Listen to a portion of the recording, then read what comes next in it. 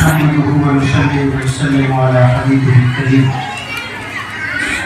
أما بعد فأعوذ بالله من الشيطان الرجيم بسم الله الرحمن الرحيم وما ينطق عن الهوى إن هو إلا وحي يوحى صدق الله مولانا العلي العظيم وبلغنا رسوله النبي الكريم إن الله وملائكته يصلون على النبي يا أيها الذين آمنوا صلوا عليه وسلموا تسليما اللهم صل على سيدنا ومولانا محمد وبارك وسلم صلاة وسلاما عليك يا رسول الكرام وصحب الفخام وابن غوث اعظم الجیلانی وبارک وسلم. میری اور آپ کی مشترکہ خوش قسمتی ہے کہ ہم اس عظیم محفل میں جس کو ختم بخاری شریف کے نام سے موسوم کیا گیا ہے حاضر ہے. بڑی عظیم اور برکت والی، دعا کی قبولیت والی، مصیبتوں سے نجات والی، پریشانیوں سے دوری والی یہ پیاری پیاری محفل آج ہم کو اللہ تبارک و تعالیٰ نے اپنے حبیب کے صدقے عطا فرمائی.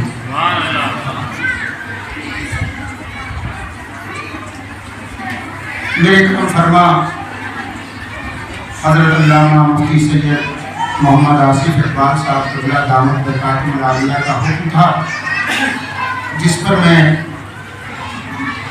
آپ کے سامنے عمل کرتے ہوئے حاضر ہوں. اس سفر میں آنے کے لیے نہ جانے کتنے ٹکٹ میرے برخت ہوئے اور میں آنا یہاں سے لازمی تھا، میں حاضر ہوں. کئی ٹکٹ بنے تھے جو ادھر سے ادھر ہوتے تھے اور میں مسلسل 14 تاریخ سے سفر میں ہوں. انڈیا میں تھا، راجستھان میں، پھر نکل گیا دبئی سے لوٹا. صرف ایک رات بریلی شریف اور آپ کے سامنے، اور پھر میرا لمبا سفر ہے. آپ دعا کیجیے گا اس ختم بخاری شریف کے صدقے میرے سفر کو خدا آسان کرے اور اللہ ہمیں حق کہنے، حق سننے، حق پر چلنے کی توفیق دے. میرا آپ کا سب کا ایمان سلامت رہے اور خاتمہ میں رہے. اللہ ہماری رسولوں کے ایمان کی حفاظت. یہ حضرت نے بچیوں کا ایک ادارہ، مجھ سے زیادہ آپ جانتے ہیں، بڑی متعدد شخصیت ہیں حضرت سید صاحب قبلہ. میں آج سے تقریباً 35 سال سے جانتا ہوں حضرت، مگر کیا کروں، میری کم نصیبی تھی کہ 35 سال کے بعد یہ ابھی 2-3 مہینے پہلے مجھ سے ملاقات ہوئی ہے. بریلی شریفی حاضر ہوں گے، اللہ کا کرم ہوا، سید صاحب ملاقات ہوگی. بہرحال ہمیں آپ کے سامنے ہوں. ہمارے آقا صلی اللہ علیہ وسلم نے جو قولاً و عمل و تقریریں ارشاد فرمایا ہے اس کو حدیث کہا جاتا ہے. سرور کائنات صلی اللہ علیہ وسلم نے اپنی زبان سے کچھ حکم دیا، وہ حدیث ہے قولی. ہمارے آقا صلی اللہ علیہ وسلم کے سامنے کسی صحابی نے کوئی کام کیا، ہمارے نبی نے منع نہیں فرمایا، یہ بھی حدیث ہو گئی. ہمارے آقا صلی اللہ علیہ وسلم کے سامنے کسی نے کوئی بات کی اور سرکار نے منع نہیں فرمایا، یہ بھی حدیث ہو گئی. حدیث قولی، عملی، تقریری، تینوں قسم کی حدیثیں ہیں. الحمدللہ ہم اہل سنت کا مذہب میرے سرکار کی تینوں حدیث سے ثابت ہے. سبحان اللہ. حدیث اس کے روایت کے اعتبار سے، راویوں کے اعتبار سے اس میں کچھ ذوق اور کچھ محبت پیدا ہوگی، مگر قول وہی ہے جو ہمارے آقا صلی اللہ علیہ وسلم نے اپنی زبان فیض ترجمان سے ارشاد فرمایا. سبحان اللہ. بہت سی حدیث کے بارے میں غیر مقلد یہ کہتے ہیں کہ یہ ضعیف ہے، اور وہی حدیث سرکار امام اعظم تک پہنچی، ان کے سامنے جتنے روایت تھے وہ سارے کے سارے قوی تھے. متن حدیث وہی جو امام اعظم تک پہنچا وہ قوی ہے، لیکن امام اعظم کے بعد اگر کوئی راوی ایسا کمزور ہو گیا تو وہ متن کبھی کمزور نہیں ہوتا. امام اعظم تک جتنے روایت تھے وہ قوی. مثال کے طور پہ میں بہت ادنا کا آدمی ہوں، مجھ سے کوئی بات حضرت سید آصف اقبال صاحب کہیں، اب صاحب یہ ایسا فلاں نے کیا، اور سید صاحب ایک روایت میں اپنے مفتی صاحب کا نام لے کہ مجھ سے یہ بات میرے فلاں مفتی صاحب نے کہی ہے اور مفتی صاحب سے مزمل نے یہ کہا. مجھ تک دو راویوں سے بات پہنچی، ایک حضرت سے اور حضرت کو فلاں حضرت سے، اور وہ بات کی مزمل کی. اب میں دیکھوں گا کہ اس میں راوی الحمدللہ سکھا راوی ہے، بہترین راوی ہے، سمجھ تو سکتے ہیں مگر جھوٹ نہیں بول سکتے. حضرت کو جن راوی سے بات پہنچی وہ راوی بھی ماشاءاللہ عالم دین ہے، باشرہ ہے، متقی پرہیزگار ہے. تو اس کا بات یہ ہے کہ یہ 100% مزمل کی بات مجھ تک جو پہنچی صحیح ہے، میں حکم لگا سکتا ہوں کہ بات صحیح، حکم سے. اب اگر کوئی راوی جن کے بعد مانا آگے کو پہنچ جائے، اگر اس کے اندر ذوق ہو تو اس کی روایت میں تو ذوق آ سکتا ہے، لیکن مستق جو حضرت کی روایت سے آئی ہے اس میں ذوق نہیں آ سکتا. حضرت امام اعظم رضی اللہ تعالیٰ عنہ تابعی ہیں، ان تک جو روایت آئی ہے صحابی نے دی ہے، اور صحابی ثقہ ہی ثقہ ہے. اور ثقہ ہے تو جو حکم امام اعظم نے بیان فرمایا وہ مکمل، اکمل، قوی، اقوی، اصح اور صحیح ہے. سبحان اللہ سبحان اللہ سبحان اللہ. یہ ختم بخاری شریف حضرت امام بخاری رضی اللہ تعالیٰ عنہ. وقت بہت کم ہے اس لیے میں مختصر پھر کبھی انشاءاللہ امام بخاری رضی اللہ تعالیٰ عنہ کے بارے میں کچھ عرض کروں گا.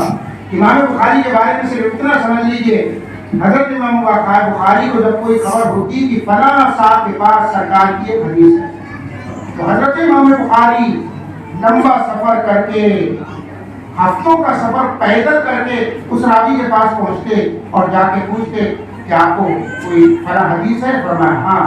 اب امام بخاری رضی اللہ تعالیٰ عنہ اس حدیث کی سماعت کے لیے پہلے غسل کرتے، سبحان اللہ، وضو کرتے، خوشبو لگا کے، سفر میں جاتے جاتے عبادتیں کرتے جاتے صرف ایک حدیث کے لیے، اور اس حدیث کو لے کر آتے.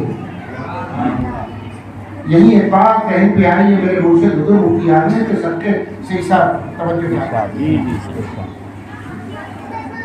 میرے آقا صلی اللہ علیہ وسلم کے صحابہ نے جو حدیث بیان کی تھی دوسرے صحابی سے، مثال کے طور پہ حضرت عبداللہ ابن عمر نے حدیث بیان کی دوسرے سے، حضرت عبداللہ ابن مسعود نے حدیث بیان کی کسی راوی سے، انہوں نے تو وضو نہیں کیا تھا، انہوں نے تو غسل نہیں کیا. کوئی راوی آیا حدیث بیان کر دی. آج اگر آپ ربیع الاول شریف میں جھنڈے لگاؤ، جلوس نکالو، دیوبندیوں کے دل میں آرے چلنے لگتے ہیں کیا حضور نے یہ کیا تھا؟ تم زیادہ عاشق ہو گئے، نبی کریم صلی اللہ علیہ وسلم کے صحابہ سے تم زیادہ عاشق ہو. انہوں نے تو کبھی جھنڈیاں نہیں لگائیں، تم کیسے لگاتے ہو؟ ان سے فوراً کہہ دینا امام حضرت امام بخاری رضی اللہ تعالیٰ عنہ نے حدیث شریف نقل کر کے لیے نمازیں پڑھی اس کی تعظیم میں، غسل اور وضو کیا حدیث کی تعظیم میں، کہ حضرت امام بخاری کو صحابہ سے زیادہ لگتا نہیں.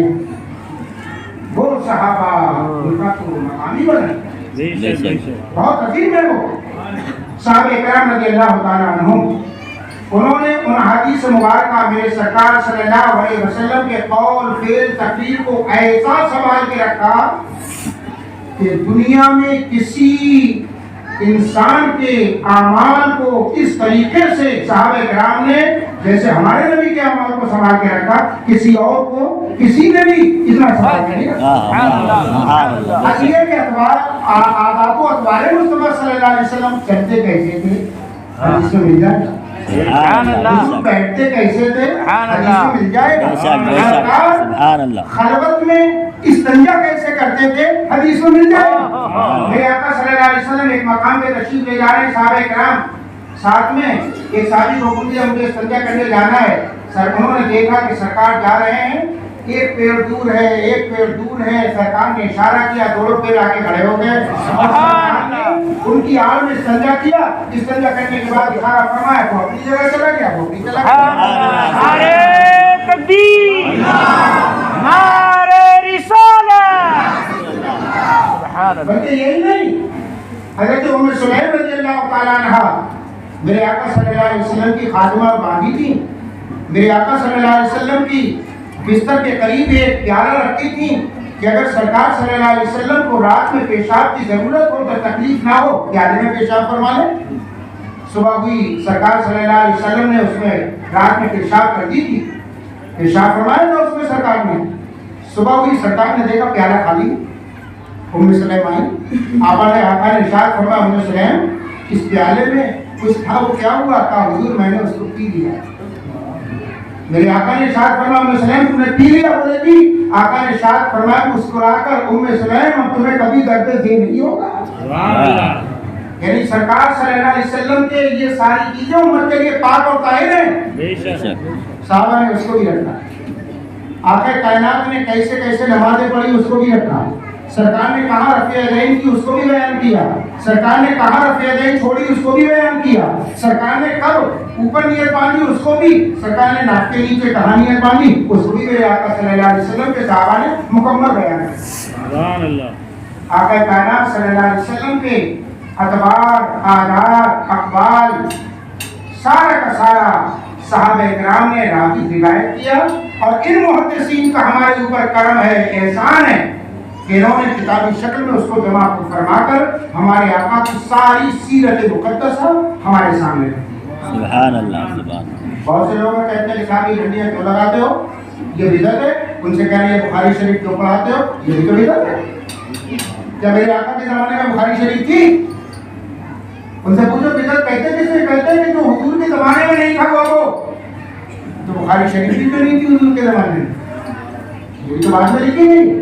اور حضرت بخاری رضی اللہ تعالیٰ عنہ امام بخاری ایک امام اعظم کے شاگردوں کے شاگرد ہیں، حضرت بخاری رضی اللہ تعالیٰ عنہ۔ الحمدللہ آج ہمیں یہ موقع ملا ہے کہ آج ہم بچیوں کے ختم بخاری کے جشن میں یہاں حاضر ہیں۔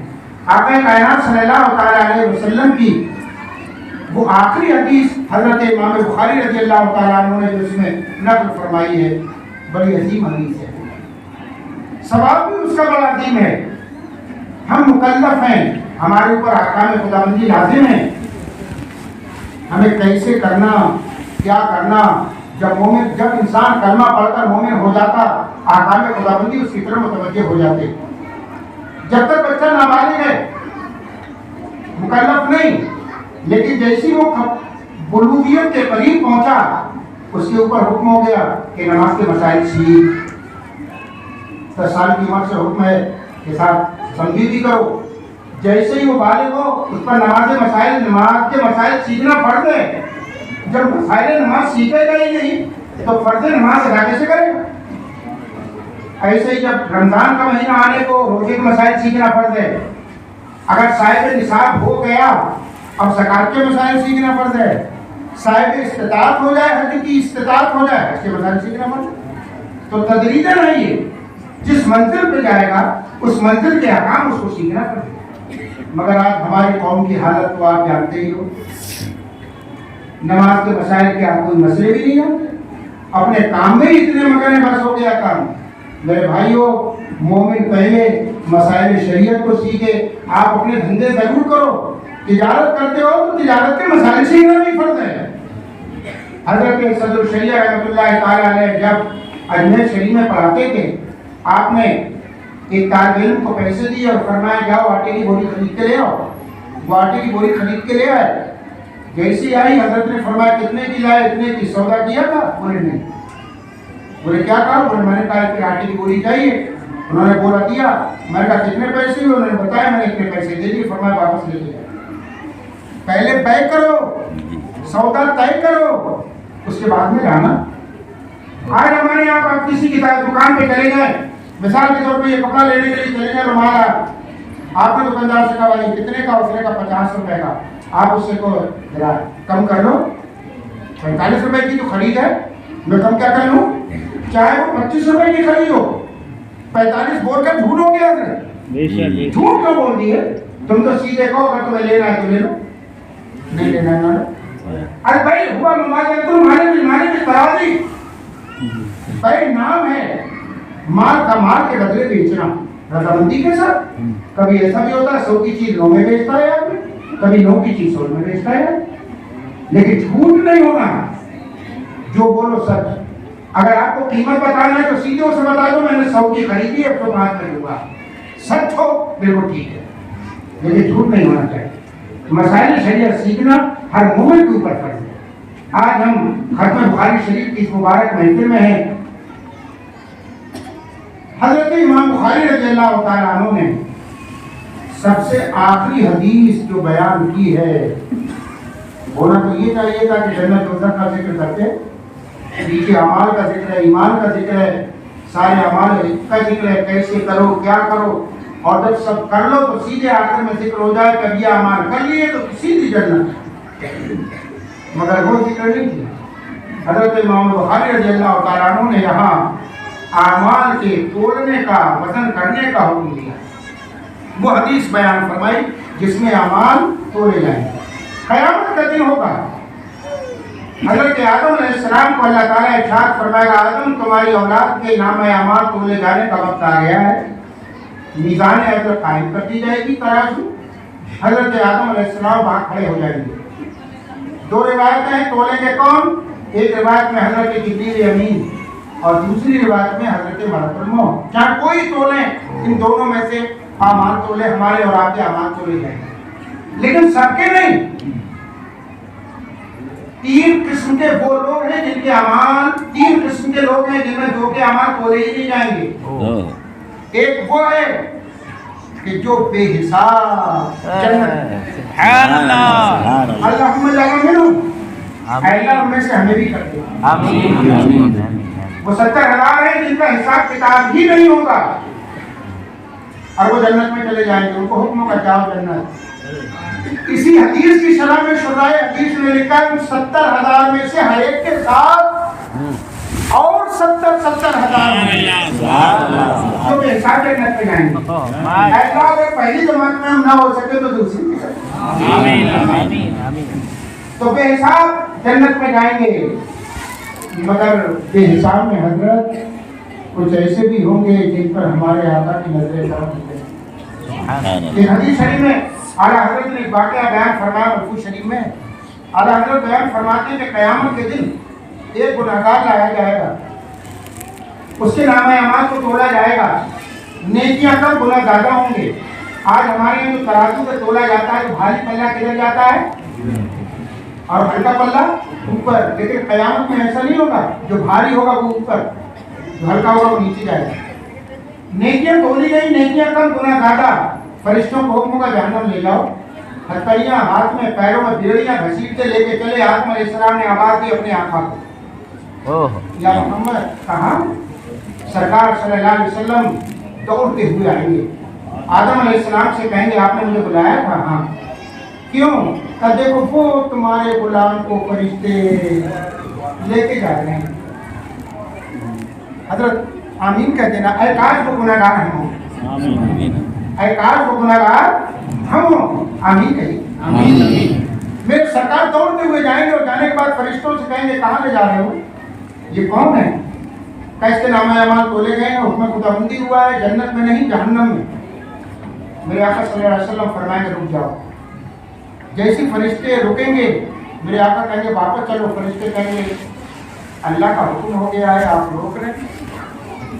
جیسے اتنا کہیں گے رب کا حکم ہوگا، فرشتوں دیکھتے نہیں روک کون رہا ہے؟ حکم نے دیا تھا جہنم جانے کا مگر روکنے والے کو دیکھو۔ فرشتے رک جائیں گے، میرے سرکار ارشاد فرمائیں گے واپس لے چلو، ترازو کے پاس واپس لائیں گے، سرکار فرمائیں گے میرے سامنے نامہ اعمال تولو۔ اب پھر جب تولا جائے گا پھر نیکیاں کم گناہ زیادہ، فرشتے کہیں گے حضور ہم نے کہا تھا نیکیاں کم ہیں گناہ زیادہ ہیں، سرکار نے فرمایا صلی اللہ علیہ وسلم مجھے یہی دیکھنا تھا۔ اب میرے آقا فرمائیں گے اب تیسری مرتبہ تولو، اور میرے نبی، تمہارے نبی، ساری کائنات کے نبی، رحمت للعالمین نبی، ہم غریبوں کے غمگسار نبی، ہم گناہگاروں کے شفیع نبی اپنی جیب میں ہاتھ ڈالیں گے، اور ہاتھ ڈالنے کے بعد ایک پرچہ نکالیں گے اور نیکیوں کے پلڑے پہ رکھیں گے۔ جیسے رکھا جائے گا نیکیوں کا پلڑا فوراً اوپر ہو جائے گا اور حکم ہوگا جنت لے جاؤ۔ اب فرشتے اس کو ہاتھ پھول کہتے یہ ہاتھ پھول ہے، اس گناہگار کے گلے میں ہاتھ پھول پھر سے دعا کرنے آئے گناہ ہے میرے رب کاش کو گناہگار ہم ہوں۔ ہاتھ پھول پڑیں گے، اب بیڑیاں ٹوٹیں گی، ہتھیلیاں کٹیں گی، عزت کے ساتھ جنت کی طرف لے کے چلیں گے۔ تو وہ جانے والا گناہگار کہے گا فرشتے رک جاؤ ذرا تعارف تو ہونے دے، تو یہ ذات کون ہے جس نے کرم کیا؟ اب وہ گناہگار آئے گا، آگے کہے گا حضور آپ کون ہیں؟ میرے آقا فرمائیں گے تم نے مجھے نہیں پہچانا؟ کہا نہیں. میرے آقا فرمائیں گے میں ہی تو تیرا نبی ہوں. کہ تم نے ناصر میں بیٹھ کے مجھ پہ درود پڑھا تھا وہ آج ہی کے لیے تو میں نے سلامت رکھا سامان کے رکھا تھا. نعرے تکبیر، نعرے رسالت، مسلک اعلی حضرت. اور کبھی کبھی شفاعت، میرے آقا کی شفاعت ہمیں کام آئی. الحمدللہ کہ ان کو مانتے ہیں شفیع محشر. وہ اور ہیں جو نہیں مانتے، نہ مان. ہم گناہگار ہیں، ہمارے پاس تو کوئی سہارا ہی نہیں ہے. اگر سہارا کوئی ہے تو وہ میرے نبی کی ذات ہے. اعلیٰ حضرت رحمۃ اللہ تعالیٰ علیہ نے ارشاد فرمایا کوئی ہے نازاں زہد پر، کوئی ہے نازاں زہد پر یا حسن توبہ ہے سپر. یعنی کوئی تقوی میں اتنا بلند ہے کہ اسے اپنے تقوی پہ ناز ہے. کسی کے پاس توبہ، اچھی توبہ، اس کو وہ ڈھال بنائے ہوئے سپر. اعلیٰ حضرت کہتے ہیں کوئی ہے نازاں زہد پر یا حسن توبہ ہے سپر، مگر آقا یا ہے فقط تیری عطا، یہ بھی نہیں وہ بھی نہیں. ہمارے پاس تو صرف اور صرف کیا ہے؟ میرے نبی کی نظر کرم. ان کی نظر کرم ہو جائے گی، بیڑا پار ہوگا. اعلیٰ حضرت نے اس کو بیان کیا اور کہتے ہیں اے لوگوں ہم گناہگار ہیں مگر میرے آقا شفیع محشر ہیں. اعلیٰ حضرت نے سید صاحب ارشاد فرمایا کہتے ہیں تجھ سا سیاہ کار کون، اپنے آپ سے کہہ رہے ہیں اعلیٰ حضرت، تجھ سا سیاہ کار کون اور ان سا شفیع ہے کہاں. تجھ سا سیاہ کار کون ان سا شفیع ہے کہاں، پر وہ تجھی کو بھول جائے اس لیے تیرا گمان ہے. اے احمد رضا تو گناہگاروں میں سب سے بڑا گناہگار ہے اور میرے مصطفیٰ ایسے شفیع محشر ہیں کہ ان کی طرح کوئی ہے ہی نہیں. جب ان کا ان کی شفاعت کا ذریعہ بہتا ہے تو تجھ کو بھول جائیں گے. اعلیٰ حضرت نے ارشاد فرمایا، سنیے اعلیٰ حضرت کہتے ہیں، اعلیٰ حضرت کہتے ہیں کیا ہی ذوق افزا شفاعت ہے تمہاری واہ واہ، قبض دیتی ہے گناہ پرہیزگاری واہ واہ. کیا شعر ہے اعلیٰ حضرت کا، سمجھاؤں آپ کو، سناؤں تو تین جملے حضرت اس پہ عرض کر دوں. قیامت کا دن ہوگا، ہم سب اعلیٰ حضرت کے غلام ہیں کہ نہیں ہیں؟ تو ہاتھ بڑھائیے نا. اعلیٰ حضرت اپنے قیامت میں انشاءاللہ قیامت کا دن ہوگا، پریشانی ہوگی، نامہ اعمال کھولے جا رہے ہوں گے، ہم پریشان ہوں گے. وہ 50 سال کا دن، 50,000 سال کا دن، سب انبیاء کے پاس گھوم پھر کے آ جائیں گے، پریشان ہو جائیں گے. جب پریشان ہوں گے تو ایک ذات گزرے گی، ہم اس ذات کو تو جانتے ہیں، اس کا نام ہے تاج شریف. ہم بھاگ کے جائیں گے، حضور بڑے پریشان ہیں، کرم کریں. اعلیٰ حضرت کے شہزادے اپنے دادا کی طرف دیکھیں گے، آ جاؤ. اعلیٰ حضرت کے پاس جائیں گے، حضور کرم کرو، ہم تو تھک گئے چلتے چلتے، پیروں میں چھالے پڑ گئے چلتے چلتے، کچھ تو نظریں کرم. اعلیٰ حضرت اس وقت کہیں گے ذرا دیکھو تو اپنے نبی کدھر ہیں. ایک طرف جب نظر ہوگی تو اعلیٰ حضرت کہیں گے آقا ایک میں کیا، میرے انسجا کی حقیقت کتنی، مجھ سے سولاق کو کافی ہے اشارہ دینا. نعرے تکبیر، نعرے رسالت، علماء اہل سنت، مسلک اعلی حضرت. میرے سرکار سے جب اعلیٰ حضرت کہیں گے آقا ایک نظر کرم. اب نظر پہ ایک بات اور حضرت آ گئی، عرض کر دوں، یاد رکھنا یہی اعلیٰ حضرت کے شعر کو.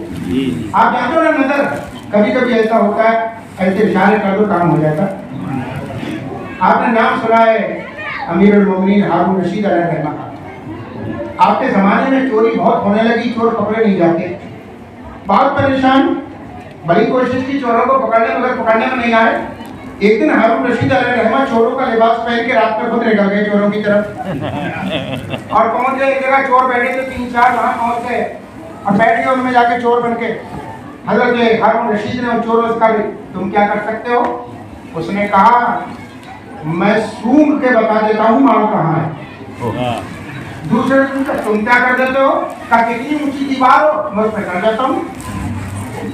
تیسرے سے پوچھا تم کیا کر لیتے ہو؟ اس نے کہا میں رات میں جس کو دیکھ لیتا ہوں صبح کو پہچان لیتا ہوں. تینوں نے اپنی اپنی سنا دی. وہ تینوں بولے یار تو بھی تو بتا تو کیا کر لیتا ہے. تو ہارون رشید رحمۃ اللہ علیہ نے فرمایا اگر بندہ دار پہ چڑھا ہو سولی پر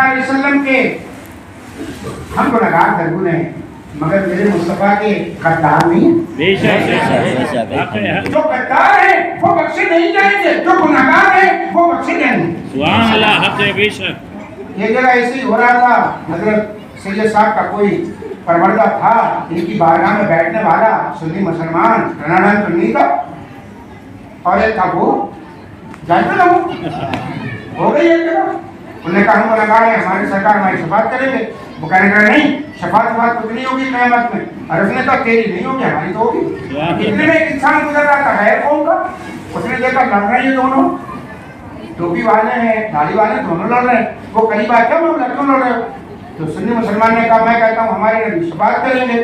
کہیے کیا کہتا ہے, کہیے کہتا ہے ہمارے نبی شفاعت نہیں کریں گے. تو اس نے کہا اس میں لڑنا کیا ہے, تیری کریں گے تیری نہیں کریں گے. کیا بات. اور یہی ہوگا بے شک. بے شک قیامت کا دن ہوگا انشاءاللہ. ہمارا حضرت کے پیچھے ہوں گے, ان کے مسئلے کا جھنڈا اٹھائے ہوئے ہیں سید صاحب. بے شک. بے شک اس کے پیچھے پیچھے ہم ہوں گے جھنڈے کے نیچے.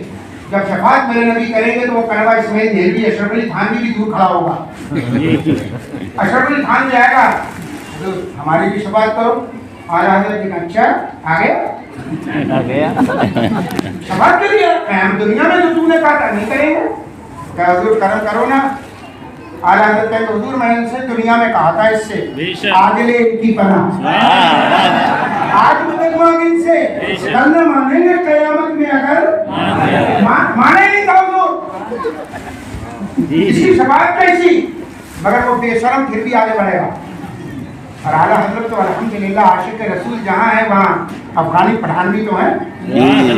میں یہ اور دینے کے بعد دور ہٹا کے کہیں گے تجھ سے اور جنت سے, کیا مطلب بھاوی دور ہو, ہم رسول اللہ کے جنت. تو قیامت کا دن ہوگا, نام اعمال تولے جائیں گے. آدم علیہ السلام وہاں جلوہ فرما ہوں گے. ذہن میں تو بہت باتیں آ رہی ہیں مگر وقت کم ہے, پھر کسی موقع پہ انشاءاللہ. قیامت کا دن ہوگا, نام اعمال تولے جائیں گے, ترازو لگے گا. ترازو کتنا بڑا ہے اللہ. آدم حضرت داؤد علیہ السلام نے ایک دن اللہ کی بارگاہ میں عرض کیا, اللہ جس ترازو پر نام اعمال تولا جائے گا وہ کتنا بڑا ہے مجھے دکھا دے. اللہ تعالیٰ نے کرم فرمایا ترازو دکھا دیا. جیسی ترازو دیکھا بے ہوش ہو گئے داؤد علیہ السلام. آنکھ کھلی, اے اللہ اس کے ایک پلے کے ایک کونے میں ساتوں آسمان ساتوں زمین پوری کائنات رکھ دی جائے تو ایک کونا نہ بھرے, اس کو کون بھرے گا؟ اللہ تعالیٰ نے ارشاد فرمایا اے داؤد جس سے میں خوش ہو جاؤں میں اس کی ایک کھجور کے صدقے سے بھی اس کو بھر دوں گا.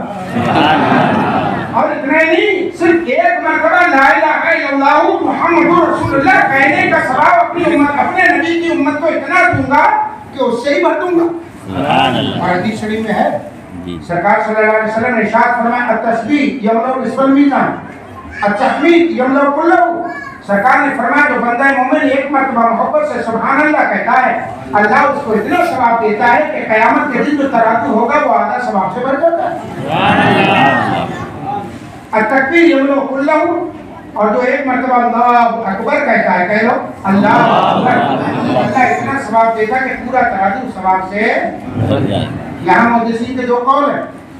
کچھ محدثین نے کہا کہ آدھا ترازو بھرا سبحان اللہ سے, آدھا بھرا اللہ اکبر سے. مگر کچھ محدثین کا قول یہ ہے کہ نہیں, سبحان اللہ سے تو آدھا بھرا لیکن اللہ اکبر کہنے سے اثر ہے نا پورا ترازو ثواب سے بڑھ جاتا ہے. اور جو آج کی حدیث شریف ہے اس کا بھی یہی حال ہے, اس کا بھی بہت بڑا ثواب ہے. حضرت امام بخاری نے اس کو بیان کیا اور جیسی ان کی عادت کریمہ ہے کہ باپ کی موافقت سے وہ قول الہی لاتے ہیں یا حدیث شریف کا ٹکڑا لاتے ہیں. یہاں پر اعمال صالحہ کے اعمال صالحہ و بد کے تولنے کو جو بیان کیا تو آیت کریمہ سے استشہاد فرمایا. کہتے ہیں باب قول اللہ, میں بچی اس کو ذرا اس کو کھولنے اس کو. باب قول اللہ عز و جل بلغ الموازین القسط. السلام علیکم ورحمۃ اللہ وبرکاتہ. وعلیکم السلام ورحمۃ اللہ وبرکاتہ. اعوذ باللہ من الشیطان الرجیم, بسم اللہ الرحمن الرحیم. باب قول اللہ ونظر الموازین القسط لیوم القیامہ وان اعمال بنی آدم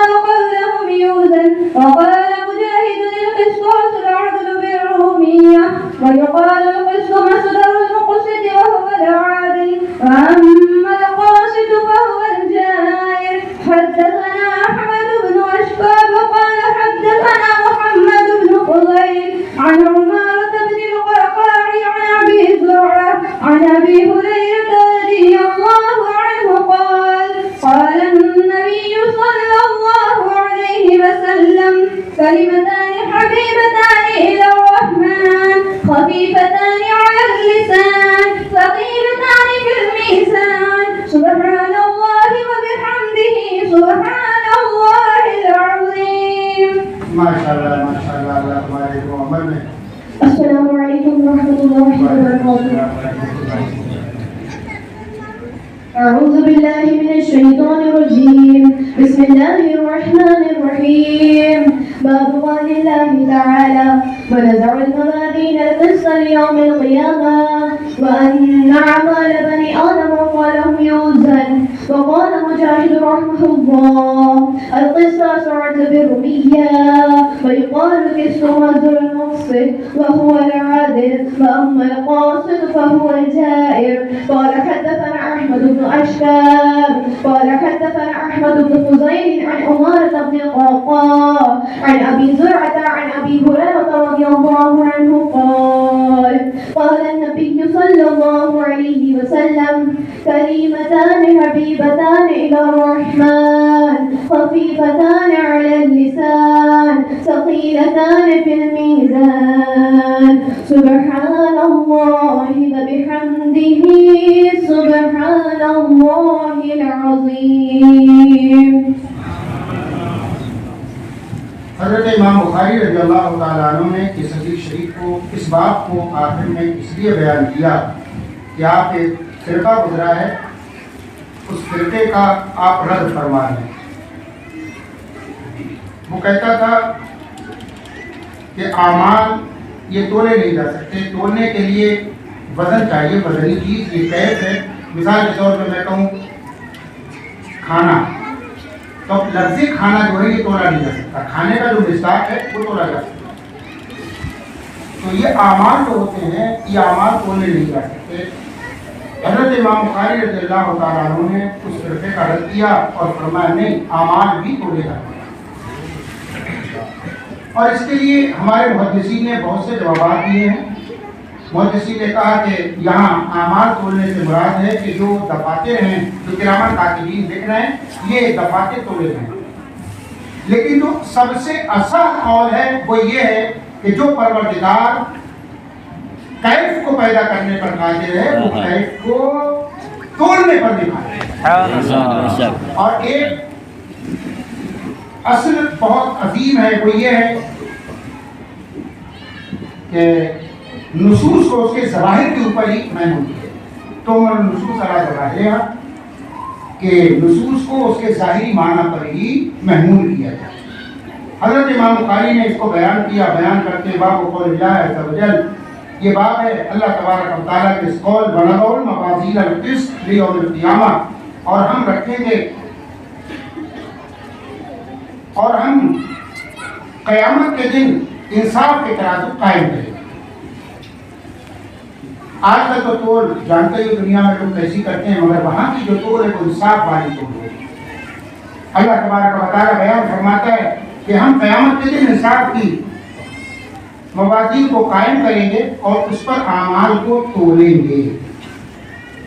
وَأَنَّ أَعْمَالَ بَنِي آدم وَقَوْلَهُمْ يُوزَنُ، بے شک اولاد آدم کے اعمال اور ان کے قول کا وزن کیا جائے گا.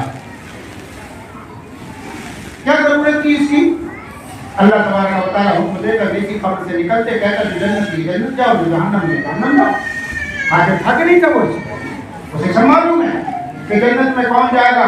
حکم ہو جاتا فرشتوں جو جنتی ہے کہہ تو جنت جاؤ، جو جہنمی ہے کہہ تو جہنم جاؤ. مگر ایسا نہیں کرے گا وہ وہاں پر 50,000 برس کا دن قائم فرمائے گا. وہاں پر لوگوں کے سامنے ان کے اعمال کو پیش کرے گا، تو بولے گا آخر وجہ اس کی ہے کیا؟ اعلیٰ حضرت کے بھائی مولانا حسن علیہ رحمٰن نے اس کی وجہ بیان کی ہے کہ جنہوں نے دنیا میں مرتبہ مصطفیٰ دیکھا نہیں اللہ قیامت میں ان سب کو اپنے محبوب کی شان دکھائے گا. اور وہاں حضرت کے بھائی کہتے ہیں فقط اتنا سبب ہے انعقاد بزم محشر کا کہ ان کی شان محبوبی دکھائی جانے والی ہے. اور قیامت کا دن ہوگا. اعلیٰ حضرت خود بڑے وضوح کے ساتھ کہتے ہیں عرش حق ہے مطلب رفت رسول اللہ. میں آپ سے عمران صاحب ذرا چھت پہ دیکھنا تو آپ کدھر نظر ڈالو گے؟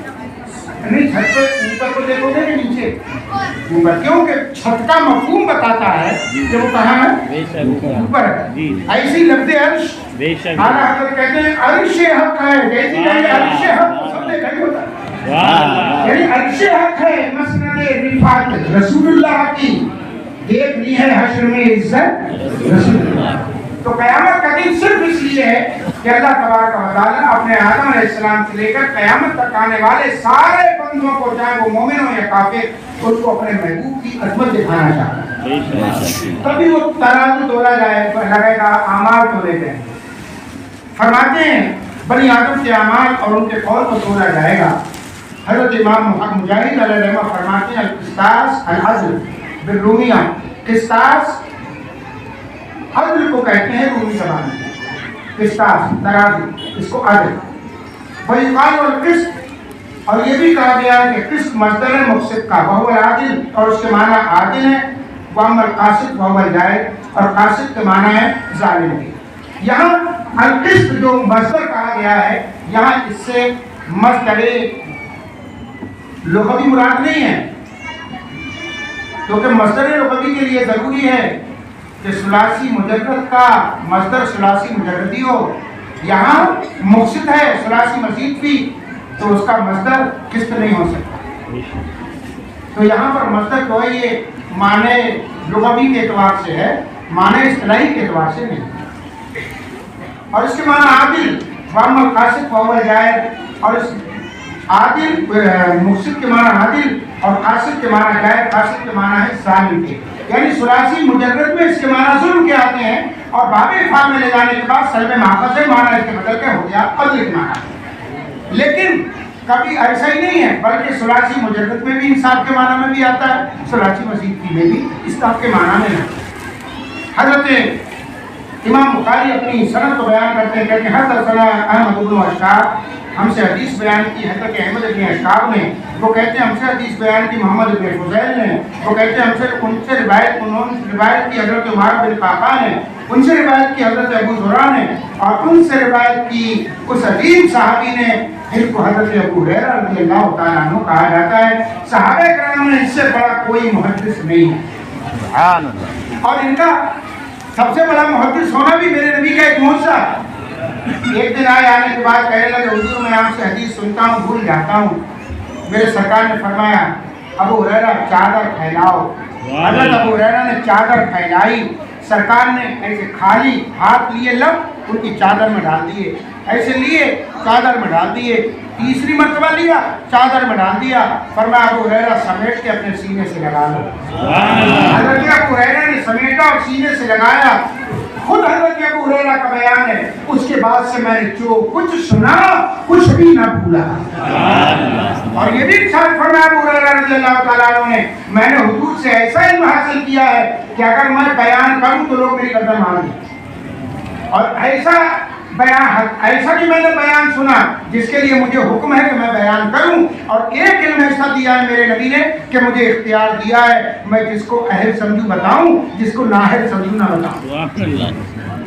تو کرم ہے میرے مصطفیٰ صلی اللہ علیہ وسلم کا حضرت ابو ہریرہ پر. حضرت ابو ہریرہ ارشاد فرماتے ہیں اور قال نبی صلی اللہ علیہ وسلم حضرت ابو ہریرہ فرماتے ہیں کہ نبی کریم صلی اللہ علیہ وسلم نے ارشاد فرمایا. کیا فرمایا؟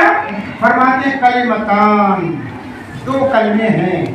یہاں کلمے سے مراد نبی کلمہ نہیں ہے جملے دو کلام ہیں. کلمتان دو کلام ہیں ایسے حبیبتان الی الرحمن جو اللہ کو بہت پسند ہے. کلمے کہے ہیں دو. وہ دونوں کلمے پسند کس کو ہیں؟ اللہ کو. اب یہ ذہن میں آیا اللہ کو اگر بہت پسند ہے تو کہیں ایسا تو نہیں کہ ہم سے ادا ہی نہ ہو سکے.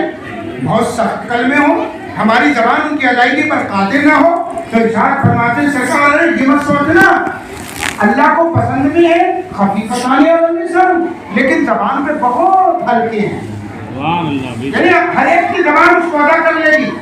اب کہیں سے آئے جب زبان پہ اتنے ہلکے ہیں تو ان کا کوئی وزن بھی ہوگا، کوئی ان کا معاملہ بھی ہوگا، کچھ وزن ہوگا اس کا، ہلکے ہیں تو سرکار نے فرمایا زبان پہ ہی تو ہلکے ہیں لیکن ثقیلتان فی المیزان جب تولا جائے گا تو بہت بھاری ہے۔ اور وہ دونوں کلمے کیا ہیں؟ سب کہیے گا سبحان اللہ وبحمدہ سبحان اللہ العظیم۔ اللہ کی پاکی اس کی حمد کے ساتھ، اور اللہ عظیم ہے، بے عیب ہے۔ یہ دو کلمے ہیں سبحان اللہ وبحمدہ سبحان اللہ العظیم۔ اعلیٰ حضرت نے ایک وظیفہ بھی اس کا دیا ہے اور اس وظیفے میں ایک جملہ اور بڑھایا ہے۔ اعلیٰ حضرت فرماتے ہیں اگر کسی پہ قرض ہو جائے، بلکہ ایک حدیث شریف ہے، ایک صحابی آئے کہا حضور میرے پاس اسباب نہیں ہے، کفالت نہیں ہوتی بچوں کی، تو سرکار دو عالم صلی اللہ علیہ وسلم نے فرمایا لو یہ وظیفہ، صبح کی نماز میں سنتوں کے بعد جماعت سے پہلے یہ وظیفہ پڑھ لیا کرو 100 بار، اور وہ وظیفہ کیا ہے؟ سبحان اللہ وبحمدہ سبحان اللہ العظیم وبحمدہ استغفر اللہ۔ اس کو پڑھ لو، پڑھتے رہو گے، ایسی غیب سے تمہاری مدد ہوگی کہ تمہارے وہم و گمان میں نہیں۔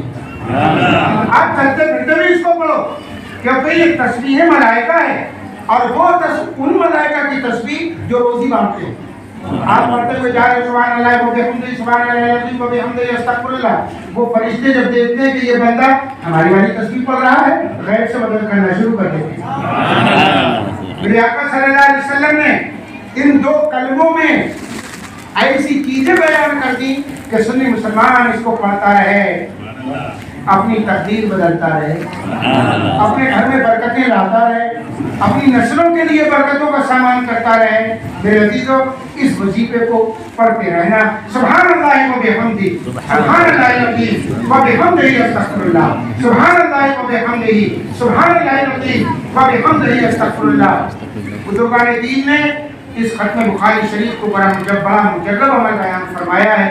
جب کوئی تکلیفیں ہوتی، دعائیں مقبول نہیں ہوتی، ختم بخاری شریف کرتے اور دعاؤں کا اہتمام کرتے، اللہ تعالیٰ اس ختم بخاری شریف کے سب سے دعائیں قبول فرماتا۔ سب دعا فرماتا۔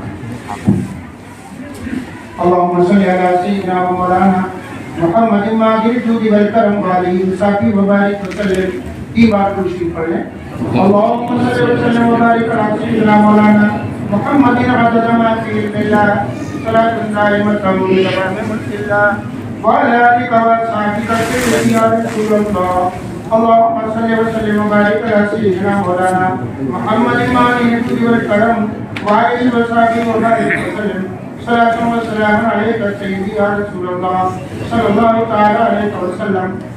اے اللہ ہم اپنے پچھلے گناہوں سے توبہ کرتے ہیں، یا اللہ ہماری توبہ قبول فرما، یا اللہ ہمارے ماں باپ کے گناہوں کو بخش دے، ہمارے اگلے پچھلے گناہ معاف فرما، جانے انجانے میں جو ہم نے گناہ کیے مولا معاف فرما، ہمارے ماں باپ کے گناہ معاف فرما، جتنے حاضرین ہیں سب کے گناہ معاف فرما۔ میرے مالک تیرا اسم گرامی غفور ہے، غفار ہے، قابل التوب ہے، غافر الذنب ہے۔ یا اللہ ہم سب کوئی گناہ گار نہیں اور تیری طرح کوئی غفور و غفار نہیں۔ اے اللہ اپنی شان غفاری کا صدقہ ہمارے ماں باپ کے گناہوں کو معاف کر۔ یا اللہ ہمیں گناہوں سے بچا، نیکیاں کرنے کی توفیق عطا فرما۔ یا اللہ ہم سے وہ کام لے جس سے تو راضی، تیرے حبیب راضی ہو۔ اے اللہ جتنے بھی حاضرین اس ختم بخاری شریف میں ہیں، میرے مالک سب کی حاضری قبول فرما۔ یا اللہ اس ختم بخاری کے سب بے اولادوں کو اولاد عطا فرما، صاحب اولاد کی اولاد کو نیک و فرما بردار بنا۔ یا اللہ مقروضوں کے قرض کو دور فرما دے، اسباب قرض کی ادائیگی کے اسباب فراہم فرما دے۔ یا اللہ ہمارے بچوں کے ایمانوں کی حفاظت فرما. یا اللہ ہمارے بچوں کے اور ہماری نسلوں کے ایمان کی حفاظت فرما. یا اللہ ہمارے نسلوں کے ایمان کی حفاظت فرما اور ہم سب کا خاتمہ ایمان پر فرما. یا اللہ ہمارے بھائیوں کے رزق میں برکتیں دے, دھندوں میں برکتیں دے. یا اللہ رزقوں میں برکتیں دے. یا اللہ ہم سب کو حاسدوں کے حسد سے بچا, ظالموں کے ظلم سے بچا, شریوں کے شر سے بچا, بدخواہوں کی بدخواہی سے بچا, بدنظروں کی بدنظری سے بچا. یا اللہ اپنے حبیب کے صدقے ہم سب کے رزق میں بے شمار برکتیں عطا فرما.